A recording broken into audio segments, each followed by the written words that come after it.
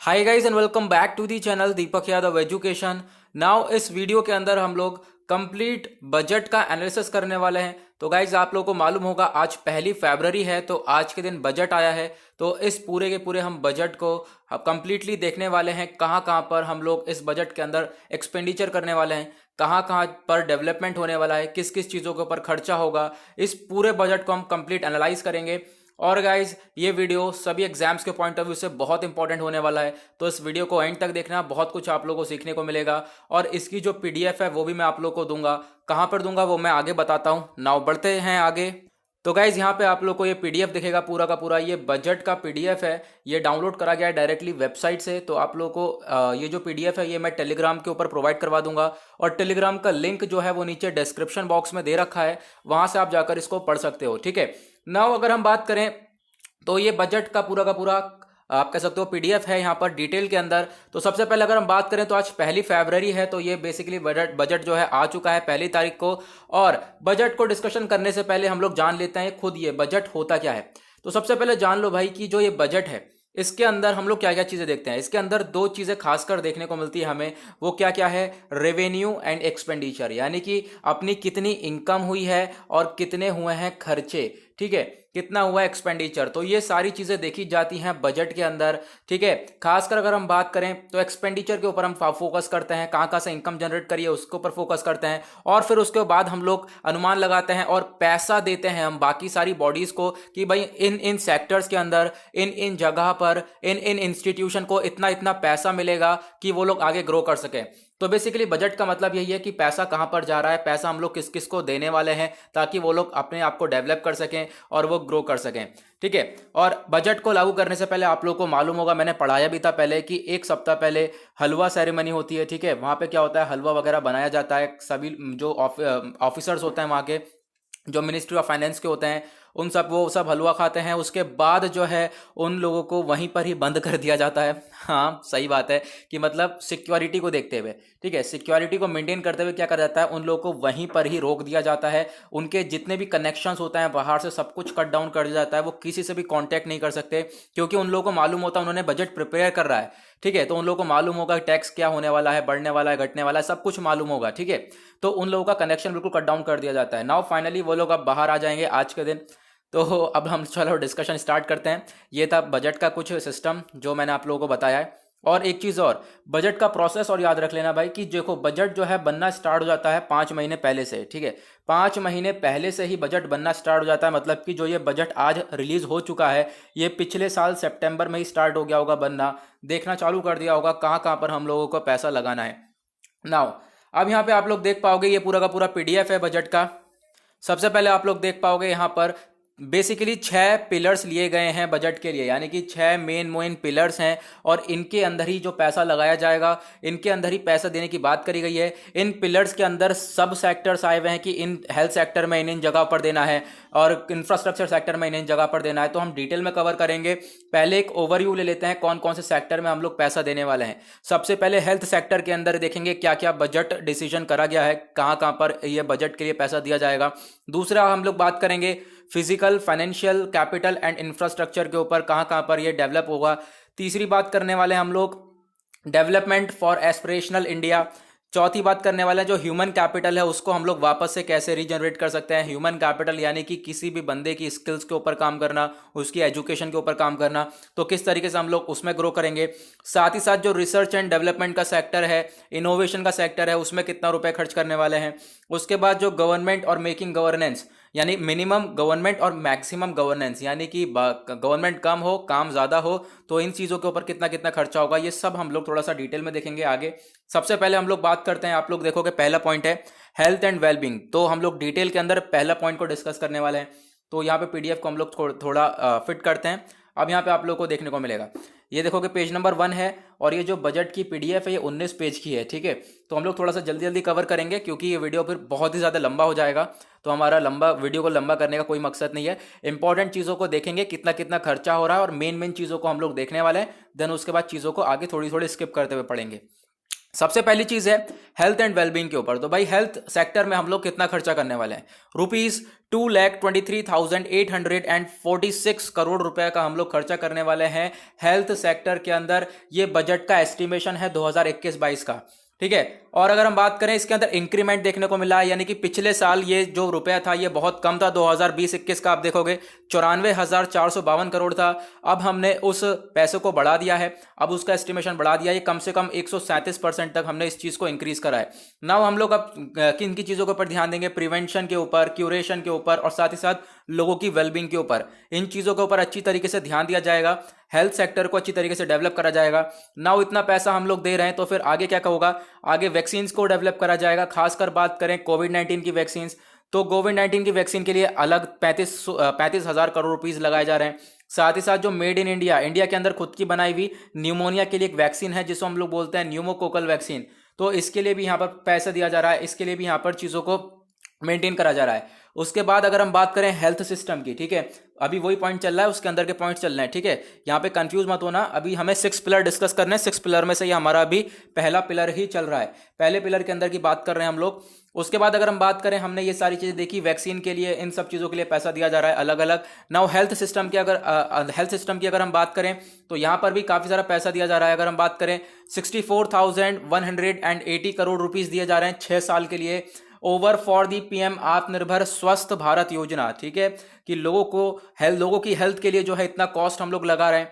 साथ ही साथ बहुत सारे आप कह सकते हो कि हम लोग स्कीम्स को लॉन्च करने वाले हैं, बहुत सारी सेंट्रली स्पॉन्सर्ड स्कीम्स को लॉन्च करने वाले हैं, बहुत सारी योजनाएं लॉन्च करने वाले हैं, और भी बहुत सारी चीजें हैं, जैसे कि national institute for one health को हम लोग डेवलप करेंगे, 4 regional national institute for virology बनाएंगे। उसके बाद इंटीग्रेटेड पब्लिक हेल्थ लैब्स होंगे, 2 मोबाइल हॉस्पिटल होंगे, ठीक है, क्रिटिकल केयर हॉस्पिटल ब्लॉक्स होने वाले हैं, और national centre for disease control, इसको हम लोग मजबूत करेंगे, इसको हम लोग थोड़ा सा और पैसा देंगे। और ये इसी तरीके से हम लोग चीज़ों को डेवलप करने वाला है किस सेक्टर में, हेल्थ सेक्टर के अंदर। नाउ हेल्थ की बात ही चल रही है तो उसके अंदर एक हमारा आता है न्यूट्रिशन भी, ठीक है, किस तरीके से हम लोग न्यूट्रिशन के ऊपर खर्चा करेंगे, यानी लोगों के आप कह सकते हो पोषण के ऊपर कैसे खर्चा करने वाले हैं। तो मिशन पोषण है चलता है एक, ठीक है, मिशन पोषण 2.0 का हम लोग लॉन्च करने वाले हैं। इसमें क्या होगा कि हम लोग काफ़ी अच्छी तरीके से चीज़ों को मेंटेन करने वाले हैं।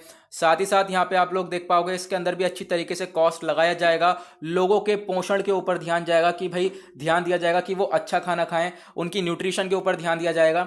यानी कि अगर हम कुल बात करें तो अब की बार जो बजट है वो हेल्थ के ऊपर काफ़ी ज़्यादा फोकस कर रहा है। दूसरी चीज आप लोग देखोगे वही चीज है, अभी वाटर सप्लाई कवरेज के ऊपर हम लोग काफी अच्छे से ध्यान देंगे। जैसे कि बात करें जो 2,87,000 करोड़ रुपए दिए जा रहे हैं 5 साल के लिए, किसको, जल जीवन मिशन के लिए, यानी कि जल जीवन मिशन अच्छी तरीके से हमारा डेवलप हो जाए। जल जीवन मिशन का मेन मकसद क्या है कि घरों घरों में हम लोग जो है वाटर टैप का कनेक्शन दे सकें। तो लगभग 2.86 करोड़ हाउस होल्ड को टैप कनेक्शंस दिए जाएंगे। वाटर सप्लाई अच्छी तरीके से देखी जाएगी, जो लिक्विड वेस्ट है, जो भी यहाँ पे गंदा पानी होता है, ये सारी चीज़ें होती हैं, उनके मैनेजमेंट के लिए यहाँ पे काम करा जाएगा 500 अमृत सिटीज़ के अंदर।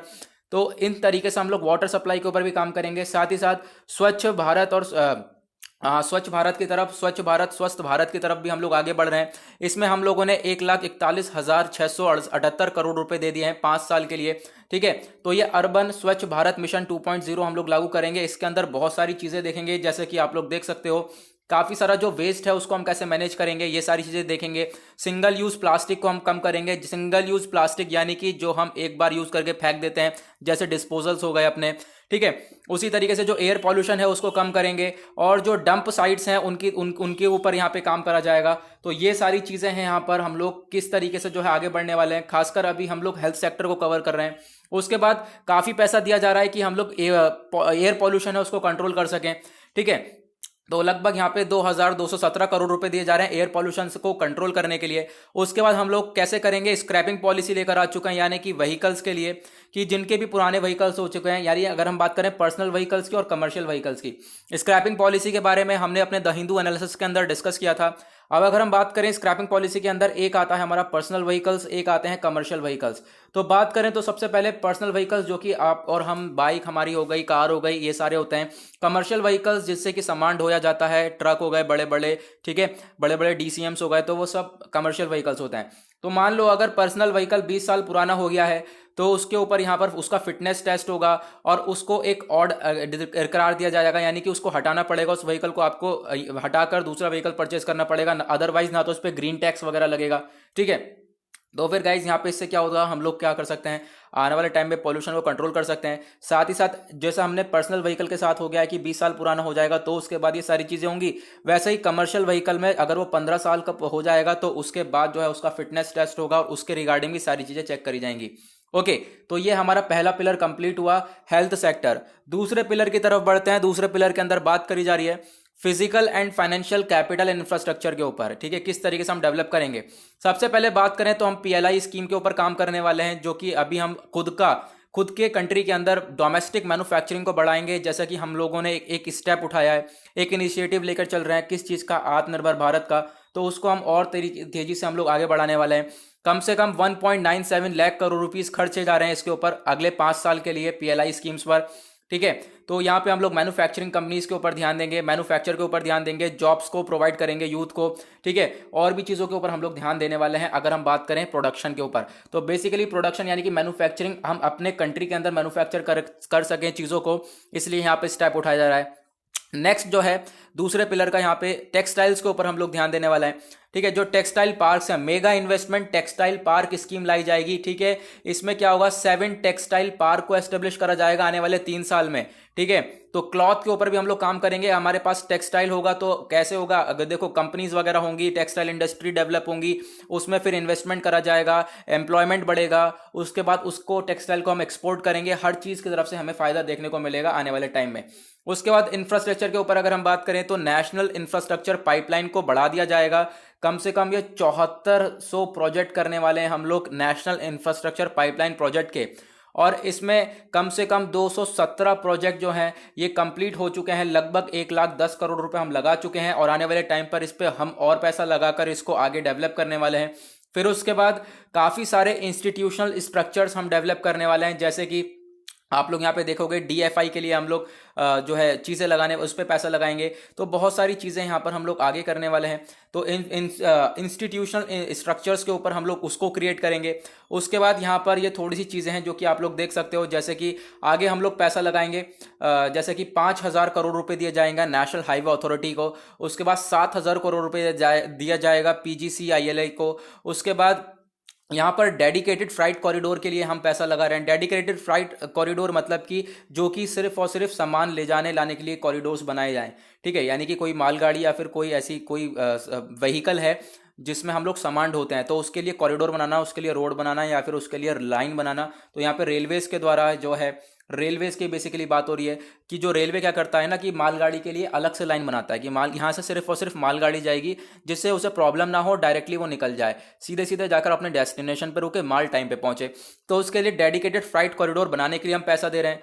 काफ़ी सारा एयरपोर्ट्स को मोनेटाइज करने के लिए पैसा दे रहे हैं, और भी बहुत सारी इंफ्रास्ट्रक्चर हैं जिनके लिए हम लोग पैसा दे रहे हैं। बहुत सारे प्रोग्राम्स को हम लोग आगे डेवलप करने वाले हैं, जैसे कि आप देख सकोगे ऑयल एंड गैस पाइपलाइंस के लिए, एयरपोर्ट्स के लिए, रेलवे इंफ्रास्ट्रक्चर, स्पोर्ट स्टेडियम के लिए भी पैसा देंगे। उसके बाद अगर हम बात करें तो काफ़ी इंक्रीज देखने को मिला है हमें कैपिटल बजट के अंदर। तो अगर हम बात करें 2021-22 का जो हमारा बजट एस्टिमेशन है वो 5.54 लाख करोड़ रुपीस का है। ठीक है, अगर हम बात करें पिछले साल से इंक्रीज हो चुका है, यानी कि अब की बार जो हमारा बजट है वो काफ़ी बढ़ गया है। बजट पहले हमारा काफ़ी कम था, मतलब हम ज़्यादा पैसा लगाने वाले हैं इस बार। खासकर बात करें तो काफ़ी हद तक पैसा हम लोग लगाएंगे आने वाले टाइम पर, इस बजट के अंदर बताया गया। उसके बाद रोड्स एंड हाईवेज इंफ्रास्ट्रक्चर के लिए पैसा देखने को मिल रहा है। देखो बजट के अंदर सिर्फ और सिर्फ यही चीज़ें बताई जाती हैं, कहाँ कहाँ पर कितना खर्चा जा रहा है, कितना खर्च करा जाएगा, कितना कितना रुपया कहाँ कहाँ लगाया जाएगा, किस किस चीज़ को डेवलप करा जाएगा, और कुछ नहीं होता है। ठीक है, तो इसकी जो पीडीएफ है वो डिस्क्रिप्शन बॉक्स में जो टेलीग्राम लिंक है ना, वहाँ पर जाकर उसको ज़रूर ज्वाइन करके ज़रूर इसको डाउनलोड करना, ये बहुत इंपॉर्टेंट हो जाता है। सेक्टर्स के बारे में आपको 2-4 चीज़ें देखनी है भाई, इन सेक्टर्स के में इतना इतना पैसा खर्च करा गया है, और उन सेक्टर्स के अंदर जो मेन चीज़ें हैं उनका क्या क्या डेवलपमेंट है, बस ज़्यादा इसमें दिमाग नहीं मारना है। 19 पेज का ये बजट है पूरा का पूरा, कितना कितना आप रटोगे, कितना ध्यान रखोगे। एक काम यही करना है कि आपको अच्छी तरीके से रजिस्टर लो और 3-4 चीज़ें, जो कि एक पॉइंट लिखा उसके 2-3 चीज़ें आपने लिख ली, मेन चीज़ें, कितना खर्चा जा रहा है, कितना खर्च करा जा रहा है वो लिख लिया। उसके बाद सेकंड पॉइंट लिखा। इस तरीके से आप अपने नोट्स बनाओ और उनको रिवाइज करते रहो। जल्दी जल्दी। ठीक है, फ्रिक्वेंटली रिवाइज करने से फायदा ये मिलेगा कि आप लोग काफ़ी हद तक चीज़ों को रिवाइज कर याद रख पाओगे। और मेन चीज़ ये है कि क्वेश्चन बनते हैं इस बजट से। ठीक है, तो अगर हम बात करें रोड्स एंड हाईवेज इंफ्रास्ट्रक्चर के लिए, तो उसके लिए भी काफ़ी पैसा दिया जा रहा है। ठीक है, तो हाईवे इंफ्रास्ट्रक्चर के लिए अगर हम बताएं तो 1,18,101 लाख करोड़ रुपए यहाँ पर देने की बात करी जा रही है।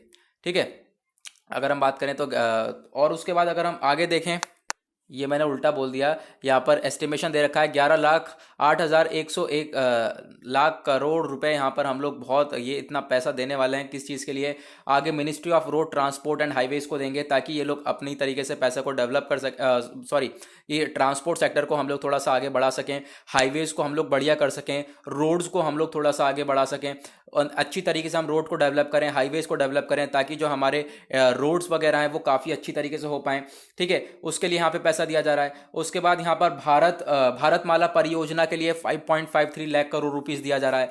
उसके बाद काफ़ी सारी चीज़ें हम लोग कंस्ट्रक्ट ऑलरेडी कर चुके हैं, लेकिन आने वाले टाइम पे हम लोग को और भी हाईवेज कंस्ट्रक्ट करना है। उसके बाद इकोनॉमिक कॉरिडोर्स के लिए हम काफ़ी सारा अमाउंट दे रहे हैं, जैसे कि आप लोग देख पाओगे यहाँ पे 1.03 लाख करोड़ रुपीस हम लोग देने वाले हैं 3500 किलोमीटर का नेशनल हाईवे बनाने के लिए तमिलनाडु के अंदर। केरला के अंदर 65,000 का इन्वेस्टमेंट होगा, वेस्ट बंगाल के अंदर 25,000 करोड़ का। ठीक है, उसके बाद 34,000 करोड़ का यहाँ पे एलोकेट करे जा रहे हैं, नेशनल हाईवे बनेगा आसाम के अंदर। तो यहाँ पर्टिकुलर जगह बता दिया कि यहाँ पर नेशनल हाईवेज बनेंगे। उसके बाद काफ़ी सारा पैसा दे रहे हैं हम लोग काफ़ी सारे एक्सप्रेस वेज के लिए। ठीक है, बहुत सारे एक्सप्रेस वेज बनाने वाले हैं, जैसे कि Delhi to Mumbai expressway हो गया, बेंगलुरु चेन्नई एक्सप्रेस वे हो गया। तो इस तरीके से एक्सप्रेस वे के नाम दे रखे हैं, ये चीज़ इंपॉर्टेंट नहीं है। ठीक है, तो यहाँ पर आप लोग देख सकते हो कौन कौन से कहाँ कहाँ पर एक्सप्रेस वे बन रहे हैं, कितने कितने किलोमीटर्स के बन रहे हैं, तो इनके लिए अलग से पैसा दिया जाएगा। उसके बाद ट्रैफिक को मैनेज करने के लिए यहाँ पे हम पैसा लगाने वाले हैं कि किस तरीके से हम लोग ट्रैफिक को मैनेज करेंगे। तो उसके लिए हम स्पीड रडार्स लगाएंगे, बहुत सारे message signal boards sign boards लगाए जाएंगे, जीपीएस इनेबल रिकवरी होगी। तो ये सारी चीज़ों के ऊपर काम फोकस करेंगे। फिर आता है रेलवे इंफ्रास्ट्रक्चर। तो रेलवे इंफ्रास्ट्रक्चर के लिए हमने पैसा अलग से रख दिया है, 1,10,055 करोड़ रुपीस यहाँ पर हम लोग रेलवे को देने वाले हैं, जो अब पिछले साल से अगर हम देखें तो इंक्रीज हुआ है इस बार। तो बजट ने हर जगह थोड़ा थोड़ा अमाउंट बढ़ाकर लगा रहा है इस बार। उसके बाद अगर हम बात करें national rail plan for India, तो हम लोग इसके ऊपर काम करने वाले हैं। 2030 तक जो है हम इसको अच्छी तरीके से डेवलप करेंगे। 100% इलेक्ट्रिफिकेशन देने वाले हैं, यानी जो ट्रेन है सारी की सारी वो 100% बिजली से चलने वाली हो जाएंगी। ठीक है, तो उससे काफ़ी बेनिफिट मिलेगा। उसके बाद वेस्टर्न डेडिकेटेड फ्राइट कॉरिडोर्स हम लोग बनाएंगे। मैंने डेडिकेटेड फ्राइट कॉरिडोर्स बता दिया आपको कि जो मालगाड़ी होती है उनके लिए ये पटरियाँ बनाई जाती है, उनके लिए रास्ता बनाया जाता है, तो वहाँ पर भी इस चीज़ के ऊपर भी काम करा जाएगा। ठीक है, तो वही यहाँ पर बाकी सारी चीज़ें बताई गई। फिर उसके बाद कि कॉरिडोर कौन कौन से कॉरिडोर्स बनाए जाएंगे, फिर से अगेन ये बताया गया। ईस्ट कॉरिडोर जो बनेगा वो खड़गपुर से विजयवाड़ा तक बनेगा। ईस्ट वेस्ट कॉरिडोर जो बनेगा वो भौसावल से खड़गपुर तक बनेगा। नॉर्थ साउथ कॉरिडोर जो बनेगा वो इटारसी से विजयवाड़ा तक ये वाला कॉरिडोर बनेगा। ये सारी चीज़ें हैं। उसके बाद ऑटोमेटिक ट्रेन प्रोटेक्शन सिस्टम होगा। बहुत सारे मतलब ट्रेन्स को लेकर भी हम लोग काम कर रहे हैं, रेलवे के ऊपर भी हम लोग काफ़ी सारा पैसा खर्च कर रहे हैं। उसके बाद अर्बन इंफ्रास्ट्रक्चर के ऊपर आते हैं, नहीं शहर के अंदर क्या क्या जो है पैसा लगाया जा रहा है। सबसे पहले जो मेट्रो रेल नेटवर्क है उसको बढ़ाया जाएगा, उसके ऊपर पैसा लगा रहे हैं हम लोग 18,000 करोड़। तो एक नई स्कीम को लिए दे रहे हैं कि जो भाई पब्लिक बस ट्रांसपोर्ट है उसको कैसे तरीके से हम लोग डेवलप कर सकें। ठीक है, और कोशिश ये रहेगी 20,000 जो बसेस हैं उनसे भी ज़्यादा हम लोग उनको इनोवेटिव कर सकें, नई नई बसेस ला सकें। इकोनॉमिक ग्रोथ के ऊपर काम करा जाएगा, एम्प्लॉयमेंट अपॉर्चुनिटीज़ दी जाएंगी ऑटोमोबाइल सेक्टर के अंदर। ठीक है, और उसके बाद यहाँ पर मेट्रो रेल की अगर हम बात करें तो उसको हम डेवलप करेंगे। और मेट्रो रेल कहाँ कहाँ से कहाँ कहाँ तक बनने वाली है उसके बारे में बताएगा, कितना कितना पैसा लगाया जाएगा। जैसे कि कोची मेट्रो रेलवे है, उसके बाद Chennai metro railway, Bengaluru metro railway projects हैं। तो यहाँ पर भी हम लोग पैसा लगाने वाले हैं ना। उसके बाद बात करते हैं पावर इंफ्रास्ट्रक्चर की। तो पावर इंफ्रास्ट्रक्चर के सेक्टर में हम लोग काफ़ी पैसा लगाने वाले हैं, जैसे कि जो नेशनल हाइड्रोजन एनर्जी मिशन है इसको लॉन्च करेंगे ताकि हम लोग चीज़ों को ग्रीन एनर्जी के में कन्वर्ट कर सकें। ठीक है, ग्रीनरी के ऊपर हम लोग काम कर सकें। उसके बाद 3,05,984 करोड़ रुपए हम लोग देने वाले हैं कि 5 साल के लिए, आने वाले 5 साल के लिए पावर डिस्ट्रीब्यूशन सेक्टर स्कीम में कि किस तरीके से पावर को डिस्ट्रीब्यूट करा जाएगा। बहुत सारी डिस्ट्रीब्यूटिंग कंपनीज हैं उनको हम लोग पैसा देंगे। और यहाँ पे 129 गीगावाट का आप कह सकते हो और installed capacity of 1.41 lakh circuit kilometre of transmission line added 2.8 crore household connected in past 6 years, यानी कि अच्छी तरीके से हम लोग पावर की सप्लाई कर सकें और एनर्जी को हम लोग आप कह सकते हो ग्रीन एनर्जी में डेवलप कर सकें, तो उसके लिए पैसा लगाया जा रहा है। उसके बाद जो पोर्ट्स वगैरह हैं, हमारे वाटरवेज हैं, शिप्स वगैरह, उसके लिए भी काफ़ी हद तक पैसा दिया जा रहा है, यानी कि हर तरीके से हर जगह पर चीज़ों को कवर करा गया है।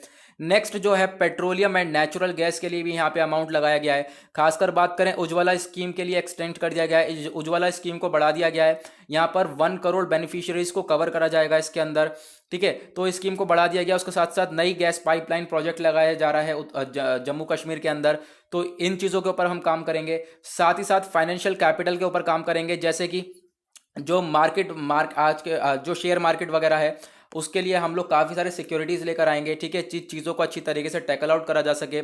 उसके बाद यहाँ पे आप देख पाओगे, उसके बाद जो FDI है, फॉरेन डायरेक्ट इन्वेस्टमेंट जो होता है, वो इंक्रीज हो जाएगा, ठीक है। तो उसकी लिमिट 49% से 74% हो जाएगी। तो यानी कि हम FDI को इंक्रीज कर देंगे तो हमें स्टॉक मार्केट भी थोड़ा सा ग्रो होता हुआ दिखेगा आने वाले टाइम में। उसके बाद हम लोग एसेट मैनेजमेंट कंपनीज को लेकर आएंगे, यानी कि जो भी बैड बैंक्स होते हैं उनको डेवलप करा जाएगा, यानी कि ऐसी बैंक जो कि लोन को रिकवर कर सके, ठीक है। तो उस तरीके की बैंक्स को डेवलप करा जाएगा ताकि जो लोन है उनको रिकवर करा जा सके, लोगों से लोन वापस लिया जा सके। उसके बाद जो पब्लिक सेक्टर बैंकिंग है उनके ऊपर भी काम करा जाएगा, ठीक है। उनके वहाँ पे भी हम लोग 20,000 करोड़ रुपीज़ का जो है पैसा लगाने वाले हैं। उसके बाद डिपॉजिट इंश्योरेंस के ऊपर भी हम पैसा लगाने वाले हैं, ठीक है।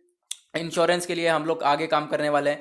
जैसे कि अगर हम बात करें तो सरफाइजी एक्ट काम करेगा, ठीक है।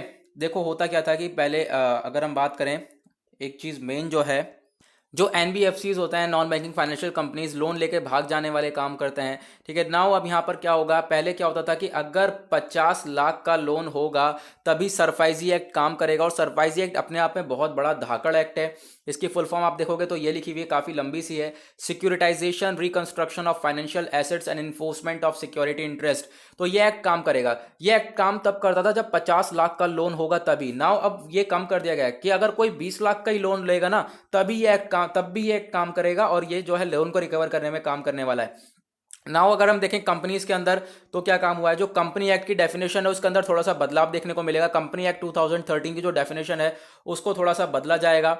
साथ ही साथ यहाँ पर जो पहले स्मॉल कंपनीज होती थी उनका आप कह सकते हो 50 लाख से लेके 2 करोड़ तक का उनका पेडअप कैपिटल होता था। अब वो स्मॉल कंपनीज का पेडअप कैपिटल बढ़ा दिया गया है, कम से कम 2 करोड़ से 20 करोड़ होगा तभी वो स्मॉल कंपनीज होंगी, ठीक है, तभी वो स्मॉल कंपनीज मानी जाएंगी। इन चीज़ों के अंदर बदलाव करा गया।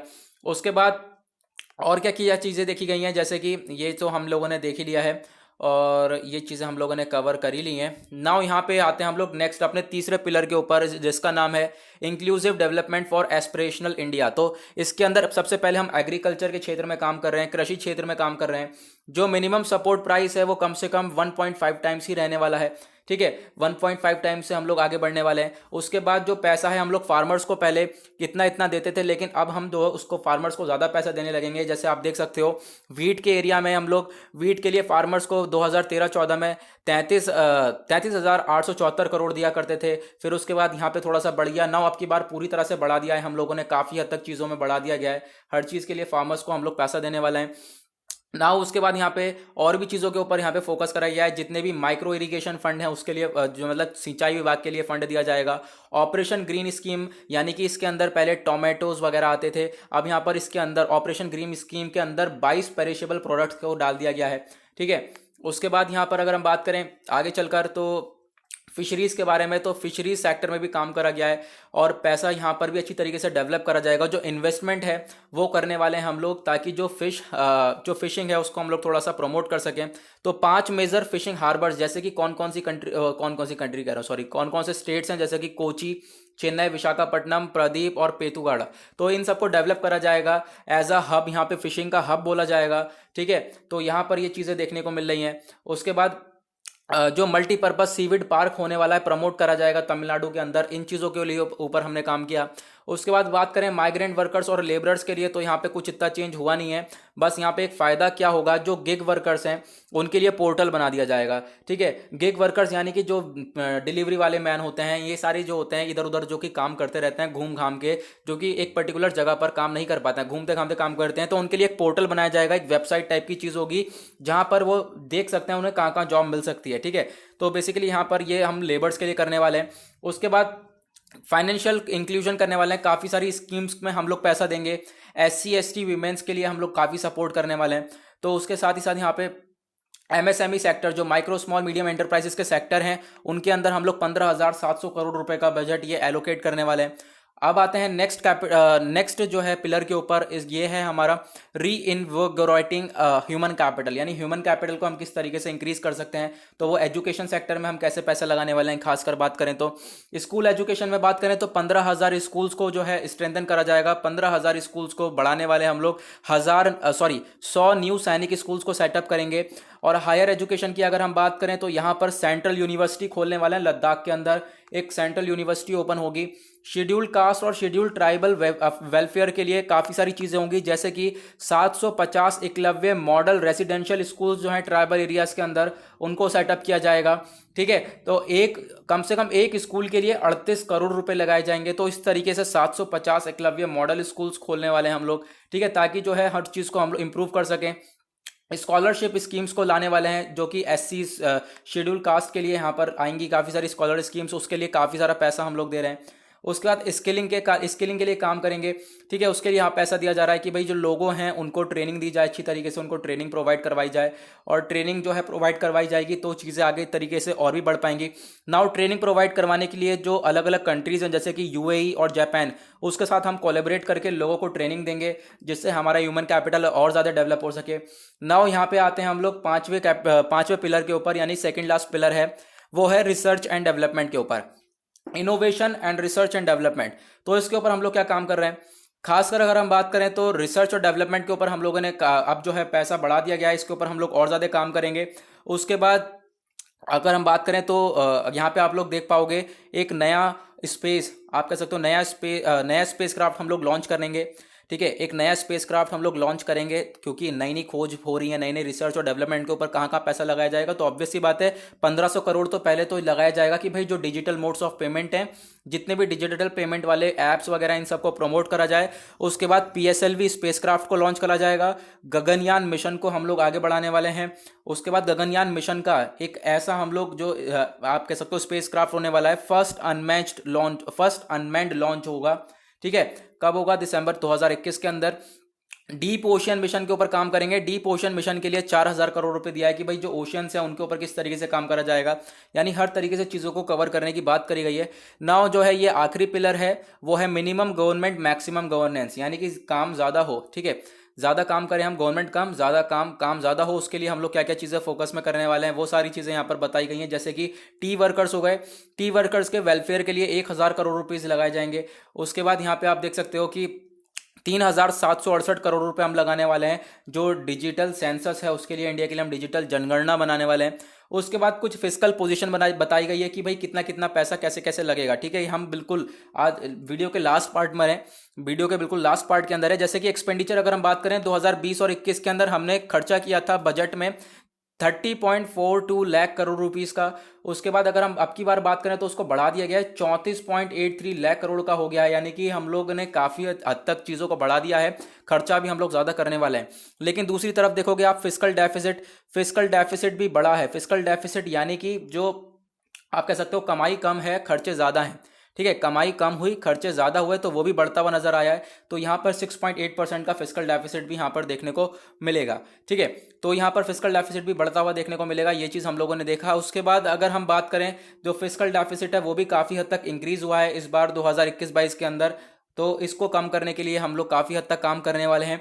उसके बाद बात करें टैक्सेस की, तो सबसे बड़ी बात जिसके लिए बजट सभी लोग देखते हैं कि भाई टैक्स के अंदर कोई बढ़ावा तो नहीं हुआ है। तो टैक्स में कुछ भी चेंज नहीं हुआ है, टैक्स जैसा था बिल्कुल वैसा ही है। टैक्स आप जैसा पे कर रहे थे वैसे ही पे करोगे, टैक्स के अंदर कोई गिरावट कोई बढ़ावट कुछ भी नहीं हुई है। ठीक है, तो हम इस चीज़ को ईजिली जो है हटा सकते हैं ना। उसके बाद हम लोग आगे बढ़ते हैं और यहाँ पर बस अपना जो है पूरी तरह से ये हम लोग चीज़ें कवर कर लिए, एक ओवरव्यू दे रखा है कि एग्रीकल्चर सेक्टर में क्या क्या ये सारी चीज़ें क्या क्या है ना। उसके बाद यहाँ पर आता है एक चीज़ कि भाई हम लोगों ने कोविड-19 पैंडेमिक के दौरान किन किन चीज़ों का अचीवमेंट किया है, क्या क्या हम लोगों ने चीज़ों को अचीव कर पाए।